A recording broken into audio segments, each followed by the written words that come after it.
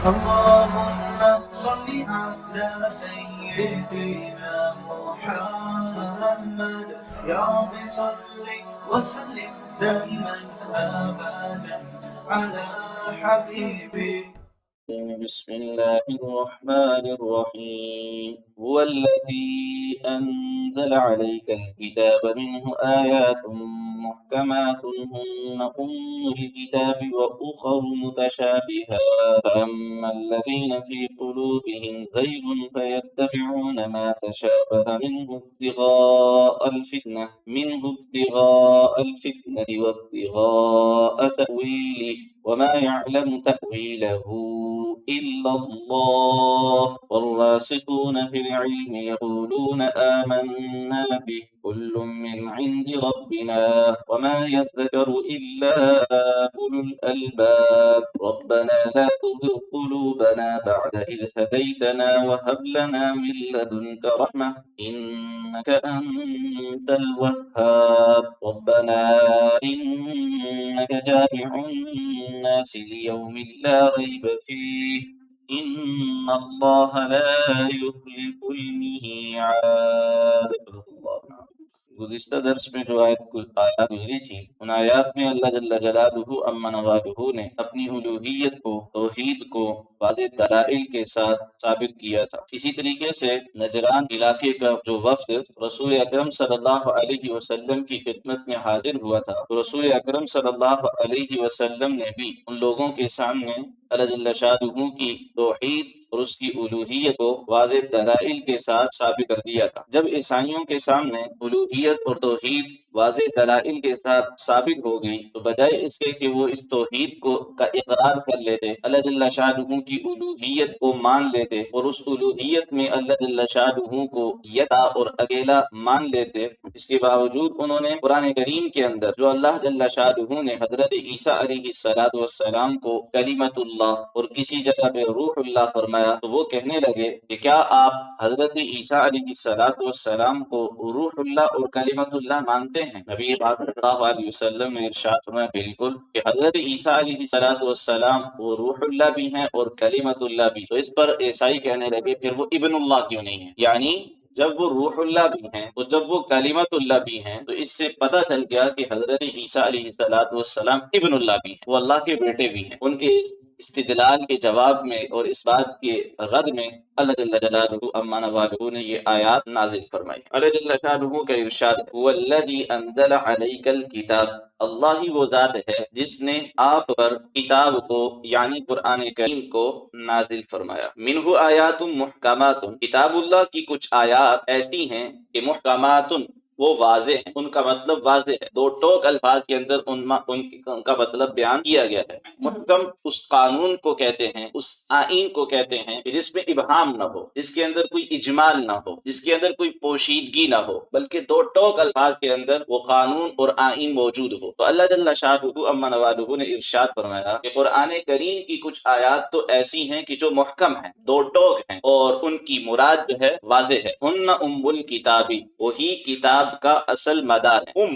کہتے ہیں اصل المعتمد علیہ، وہ اصل جس کے اوپر باقیہ قانون کا دار و مدار ہو. یعنی جو باقیہ قانون ہوتا ہے اس کو جو سمجھنا ہے وہ اس کی روشنی کے اندر، محکمات کی روشنی کے اندر ان چیزوں کو سمجھا جائے گا جن کے اندر ابہام ہو، جن کے اندر اجمال ہو، ان کو محکمات کی اور دو ٹوک آئین کے قانون کے دائرے کے اندر ان کو سمجھا جائے گا. اگر ان میں سے کوئی چیز اس محکم اور دو ٹوک قانون اور آئین کے خلاف ہو گئی تو اس کو رد کر دیا جائے گا. تو اللہ جل شانہ نے فرمایا کہ منہ آیات محکمات، قرآن کریم کی کچھ آیات تو ایسی ہیں کہ جن کا مطلب بالکل واضح ہے. ہن ام الکتاب، یہی کتاب اللہ کا اصل مدار، یعنی ان کی روشنی کے اندر جو قرآن کریم کے بقیہ قوانین ہیں ان کو سمجھا جائے گا. وَأُخَرُ مُتَشَابِهَاتٌ، اور کچھ آیتیں ایسی بھی ہیں کہ جو متشابہات میں سے ہیں، یعنی آپس میں ملتی جلتی ہیں متشابہ ہیں اور ان کا مطلب اللہ جل جلالہ عما نوالہ کے علاوہ اور کوئی نہیں جانتا۔ متشابہات کی حقیقت یہ ہوتی ہے، یہ جو متشابہات ہوتی ہیں، متشابہ آیات ہوتی ہیں، یہ اصل میں محکم آیات کی حکمتیں ہوتی ہیں، اور عام آدمی کے لیے یہ مشابہ ہوتی ہیں، ملتی جلتی ہوتی ہیں۔ عام آدمی ان میں فرق نہیں کر سکتا، ان کا صحیح مطلب اور ان کا صحیح معنی نہیں سمجھ سکتا، بلکہ جو اعلیٰ قسم کے دماغ ہوتے ہیں کہ جن کو اللہ جل جلالہ عما نوالہ نے صلاحیت اور استعداد عطا فرمائی ہوتی ہے، تو وہ ان متشابہات کے درمیان فرق کر سکے، وہ ان محکمات کی حکمتیں ان متشابہات کے تناظر کے اندر سمجھتے ہیں۔ یعنی جو محکمات ہیں ان کے اندر اللہ جل شانہ نے حکمتیں رکھی ہیں، تو ان حکمتوں کو ان رموز اور اشارات کے ذریعے وہ سمجھے۔ یہ متشابہات اصل میں اللہ جل جلالہ عما نوالہ کی طرف سے رموز اور اشارات ہوتے ہیں، عام انسان ان کو سمجھ نہیں سکے۔ اس وجہ سے متشابہات کے بارے میں یہ قانون بیان کر دیا گیا، اگر کوئی ان کو سمجھ سکے تو سمجھ سکے، ورنہ بس ان کے اوپر ایمان لے آئے۔ اب جس طرح کی یہ حروف مقطعات ہیں، اب ان کا معنی اور مطلب اللہ جل جلالہ عما نوالہ کے علاوہ کوئی نہیں جانتا، لیکن آگے جو آیات ہیں، اللہ لا الہ الا هو الحی القیوم، جس میں اللہ جل جلالہ عما نوالہ نے توحید کا دعویٰ بھی کیا اور توحید کے اوپر دلائل بھی اللہ جل شانہ نے ارشاد فرمائے، تو ان کی مراد بڑی واضح ہے۔ الف لام میم، اس کے برعکس جو حروف مقطعات ہیں ان کے معنی جو ہے وہ دو ٹوک الفاظ کے اندر موجود نہیں ہے، اس لیے کہ یہ جو حروف ہوتے ہیں، جو متشابہات ہوتی ہیں، ان کا عملی قانون کے ساتھ کوئی دخل نہیں ہوتا، اور مفسرین نے بھی اپنے اپنے ذوق کے مطابق ان کے معنی کو سمجھا ہے اور ان کے معنی کو سمجھ کر محکمات کی حکمتوں کو سمجھنے کی کوشش کی ہے۔ اب امام شاہ ولی اللہ دہلوی رحمہ اللہ تعالی وہ فرماتے ہیں کہ یہ جو حروف مقطعات ہیں یہ اصل میں اسماء سور ہیں، اور علامہ سندھی رحمۃ اللہ علیہ نے علم الاحداث کی روشنی کے اندر جو بین الاقوامی انقلاب ہے، رسول اکرم صلی اللہ علیہ وسلم کے زمانے میں جو انقلاب برپا ہوا تھا، بین الاقوامی انقلاب، تو انہوں نے اس کی پورے عالم کے اندر غلبے کی مدت کا تذکرہ فرمایا ہے۔ وہ کہتے ہیں کہ ان کی علم الاعداد کی روشنی میں 200 سال کے اندر یہ بین الاقوامی جو انقلاب رسول اکرم صلی اللہ علیہ وسلم کے زمانے سے اٹھا ہے، تو یہ 200 سال کے اندر پوری دنیا کے اندر پھیل جائے گا۔ چنانچہ ایسا ہی ہوا کہ 200 سال گزرنے کے بعد ہارون الرشید کے زمانے کے اندر مسلمانوں کی جو حکومت تھی وہ تقریباً آدھی دنیا سے زیادہ پر ہو چکی تھی، بلکہ حضرت ابی معاویہ رضی اللہ تعالی عنہ کے زمانے میں بھی 60 سے 62 مربع میل کے اوپر مسلمانوں کی حکومت پھیل چکی تھی۔ پوری دنیا کا رقبہ جو ہے وہ تقریباً 120 مربع کلومیٹر کے حساب سے ہے، 120 مربع میل ہے۔ تو حضرت امیر معاویہ رضی اللہ تعالی عنہ کی جو سلطنت تھی وہ 64 مربع میل کے اوپر پھیل چکی تھی، یعنی آدھی سے زیادہ دنیا کے اوپر وہ حکمران بن چکے تھے۔ اور جب 200 سال گزرے، ہارون الرشید کا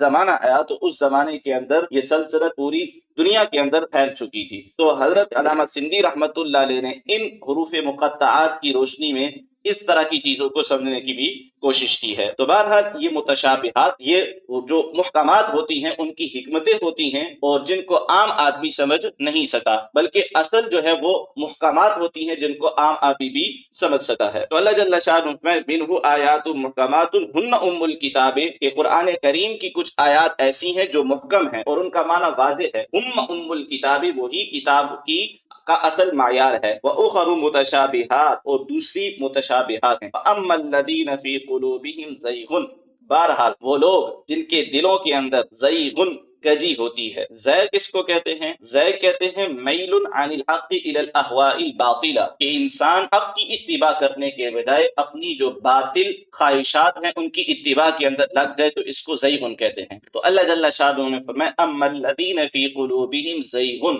بہرحال وہ لوگ جن کے دلوں کے اندر زیغ ہے، یعنی وہ حق کی اتباع نہیں کرتے بلکہ وہ اپنے باطل خواہشات کی اتباع کرتے، فیتبعون ما تشابہ منہ ابتغاء الفتنة وابتغاء تأویلہ،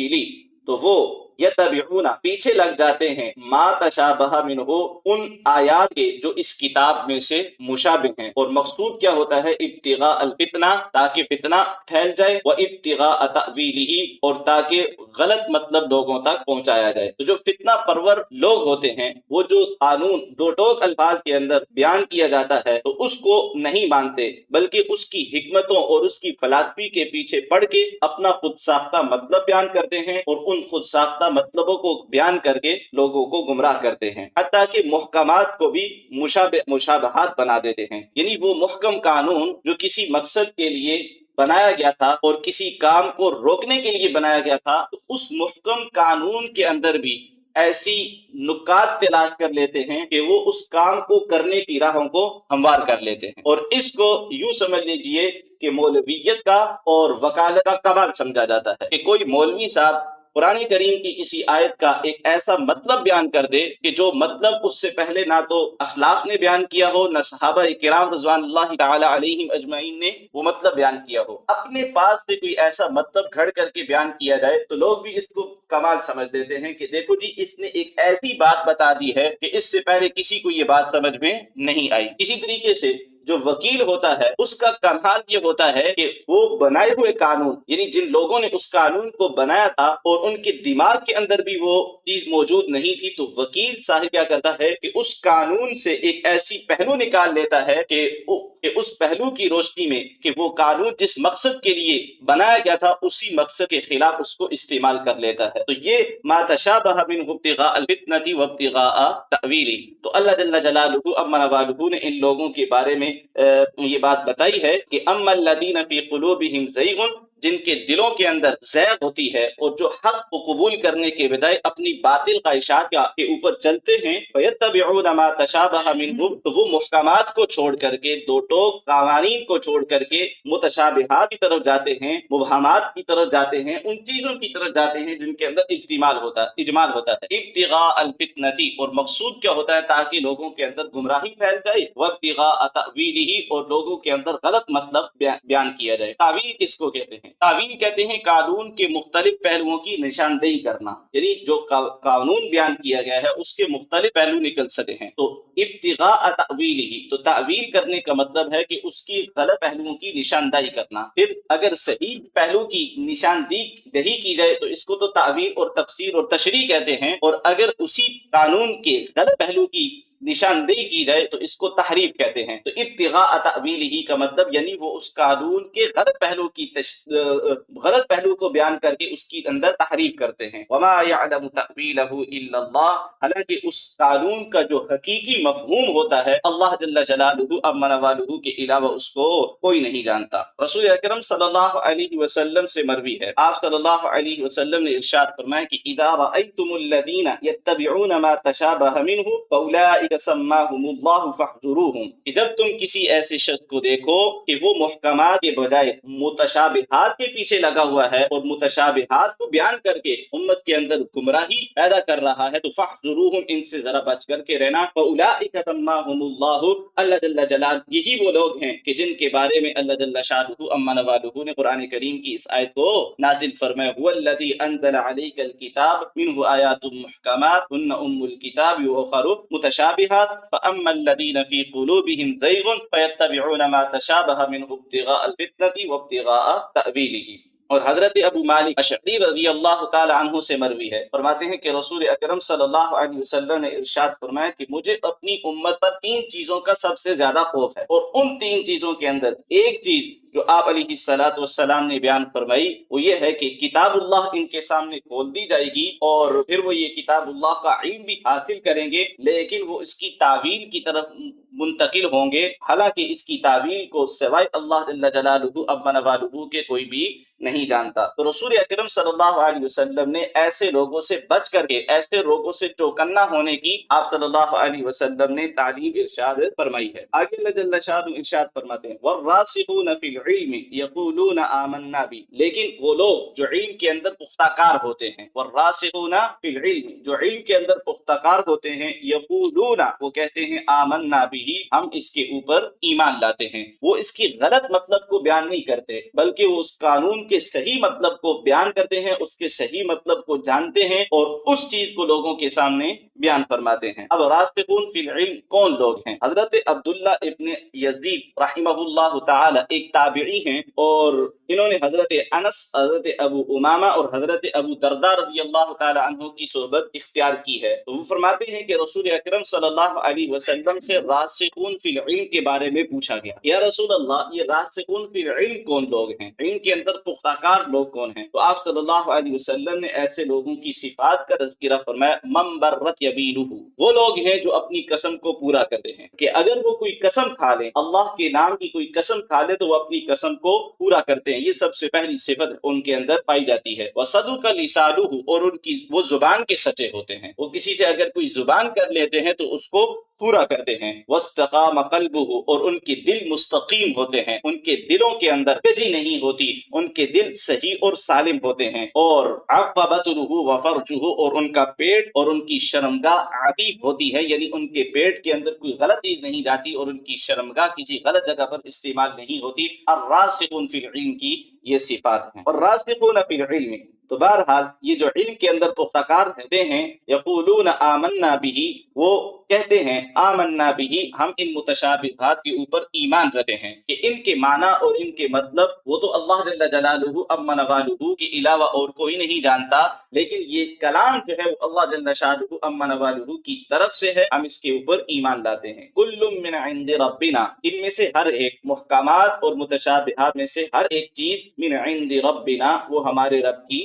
پاس سے ہے۔ وما یذکر، اور نصیحت کو قبول نہیں کرتے، الا اولو الالباب، مگر خالص عقل والے۔ الباب یہ لبن کی جمع ہے، اور لب اس عقل کو کہتے ہیں کہ جس کے اندر خواہشات اور نفسانیت کی ملاوٹ نہ ہو، جو خواہشات اور نفسانیت کی ملاوٹ سے پاک عقل ہو، اس کو لبن کہتے ہیں۔ انسان کی جو عقل ہوتی ہے، اگر اس عقل کے اوپر خواہشات کا پردہ آ جائے تو یہ عقل آہستہ آہستہ زائل ہونا شروع ہو جاتی ہے۔ چنانچہ ایسے ہی لوگوں کے بارے میں اللہ جل شانہ نے ارشاد فرمایا کہ سم بکم عمی فہم لا یعقلون، کہ یہ بہرے ہیں اور یہ گنگے ہیں اور یہ اندھے ہیں اور ان کے اندر عقل نہیں ہے۔ اب یہاں پر بہرا اور گنگا تو وہ حقیقت کے اندر ظاہر کے اعتبار سے وہ بہرے گنگے تو نہیں ہیں، اور ظاہر کے اعتبار سے وہ بے عقلے بھی نہیں ہیں، لیکن اللہ جل شانہ عما نوالہ ان کے بارے میں کیا ارشاد فرما رہے ہیں کہ وہ بہرے ہیں، گنگے ہیں اور اندھے ہیں، اور ان کے اندر عقل نہیں ہے، کہ ان کی کانوں کے اوپر اور ان کی آنکھوں کے اوپر اور ان کے دل کے اوپر اسی طریقے سے ان کے عقل کے اوپر خواہشات کا پردہ آ گیا۔ جب انسان کی خواہشات کے اوپر پردہ آ جاتا ہے تو پھر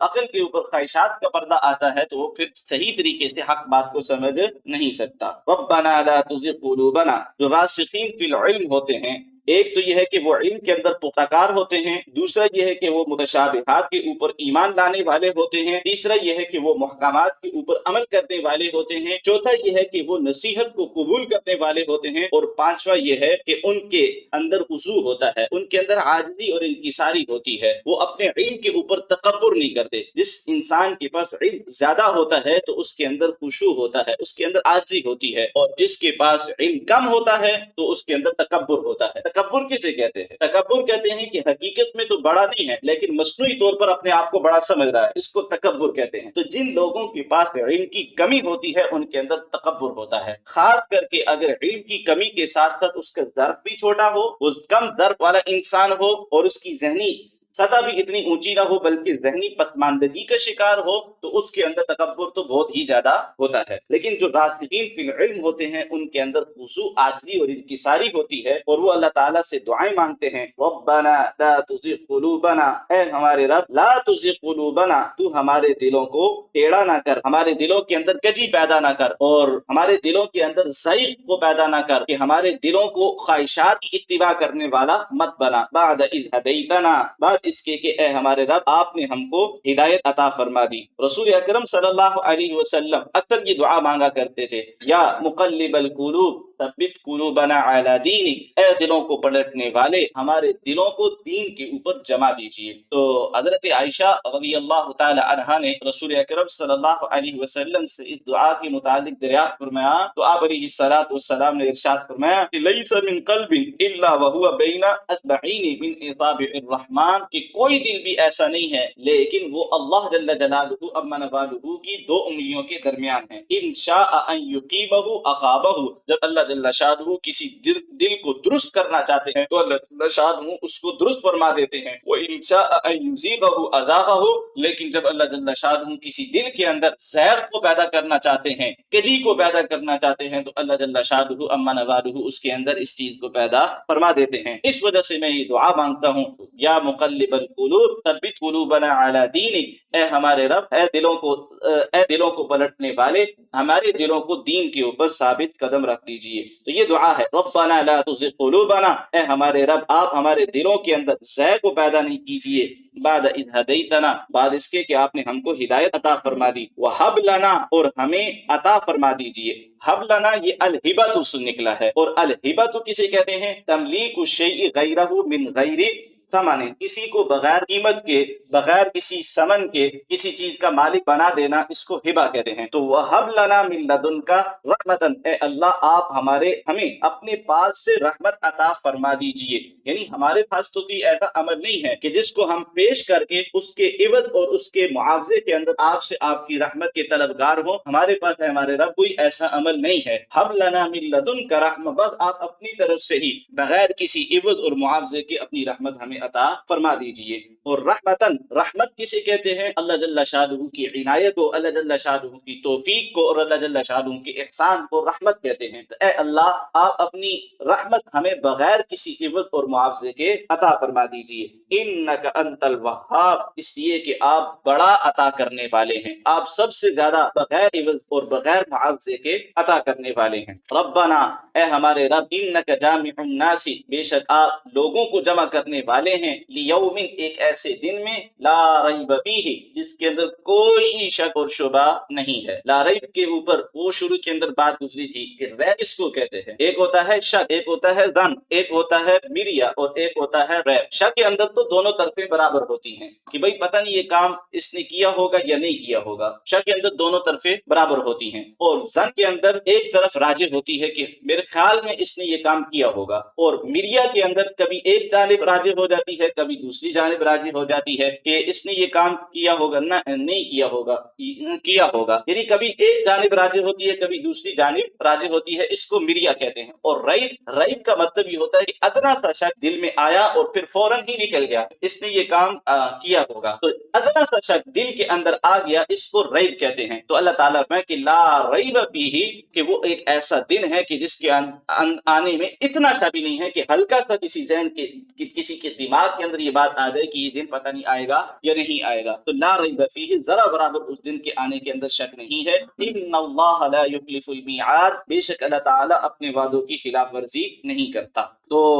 اس رکوع کے اندر اللہ جل جلالہ اما نوالہ نے ایک تو اپنی توحید کا تذکرہ فرمایا، اور دوسرا کتابوں کے نزول کے مقاصد اور ان کے اہداف کا تذکرہ فرمایا کہ جو اللہ جل شانہ نے کتابیں نازل فرمائی تھی ان کے مقاصد کیا تھے اور ان کے اہداف کیا تھے. ان کے مقاصد یہ تھے کہ مصدقا لما بین یدیہ وانزل التوراۃ والانجیل، اور من قبل ھدی للناس، وہ لوگوں کے واسطے ہدایت کا سامان تھی، وانزل الفرقان، اور حق اور باطل کے درمیان فرق کرنے والی تھی. اور پھر ان مقاصد اور ان اہداف کے جو نتائج ہیں علم کی شکل میں ظاہر ہوئے ہیں، ان کا اللہ جل جلالہ اما نوالہ نے تذکرہ فرمایا. کیونکہ عیسائیوں کے ہاں جو سب سے بڑی کمی تھی وہ علم کی کمی تھی، تو اس وجہ سے اللہ جل شانہ اما نوالہ نے رسوخ فی العلم کی اہمیت کو بیان کیا کہ تم راسخ فی العلم بننا چاہیے، کہ معاشروں کی جو ترقی ہے اس کا تعلق رسوخ فی العلم کے ساتھ ہے. جس معاشرے کے اندر راسخ فی العلم لوگ موجود ہوتے ہیں تو وہ معاشرہ ترقی کرتا ہے. ورنہ اگر سطحی اور عمومی تعلیم ہو تو سطحی اور عمومی تعلیم سے صرف ورکر پیدا ہوتے ہیں اور ماتح پیدا ہوتے ہیں. انسانیت کی خدمت کرنے کے لیے جو لوگ کام کرنے والے ہوتے ہیں وہ راسخ فی العلم ہوتے ہیں. ملکی نظم و نسق کے قوانین بنانے کے لیے اور اس کا نظام چلانے کے لیے جو لوگ استعمال ہوتے ہیں وہ اعلیٰ صلاحیت والے استعمال ہوتے ہیں. تو ایک تو رسوخ فی العلم کی اہمیت کو اللہ جل جلالہ اما نوالہ نے اس رکوع کے اندر بیان فرمایا، اور رسوخ فی العلم کے جو بنیادی تصورات ہیں ان کو اللہ جل شانہ اما نوالہ نے بیان فرمایا کہ رسوخ فی العلم کا جو بنیادی تصور ہے اس میں یہ ہے کہ اس کتاب کو اچھے طریقے سے سمجھا جائے اور اس کی صحیح تعویل اور اور اس کی صحیح تعبیر اختیار کی جائے اور پھر اللہ جل جلالہ عما نوالہ سے دعائیں مانگی جائے۔ تو گویا کہ عیسائیوں نے جو شبہ کیا تھا روح اللہ اور اسی کلمۃ اللہ کو لے کر، تو ان کو سب سے بڑا جواب یہ دیا گیا تھا کہ تمہیں اپنے علم کے اندر رسوخ پیدا کرنا چاہیے، محض رٹے رٹائے الفاظ کو لے کر کے پھر اس کا غلط مطلب بیان نہیں کرنا چاہیے، بلکہ اس کا صحیح علم حاصل کرنا چاہیے اور صحیح علم حاصل کرنے کے بعد ہی بات کرنی چاہیے۔ جو کچھ کہا گیا سنا گیا اللہ تعالیٰ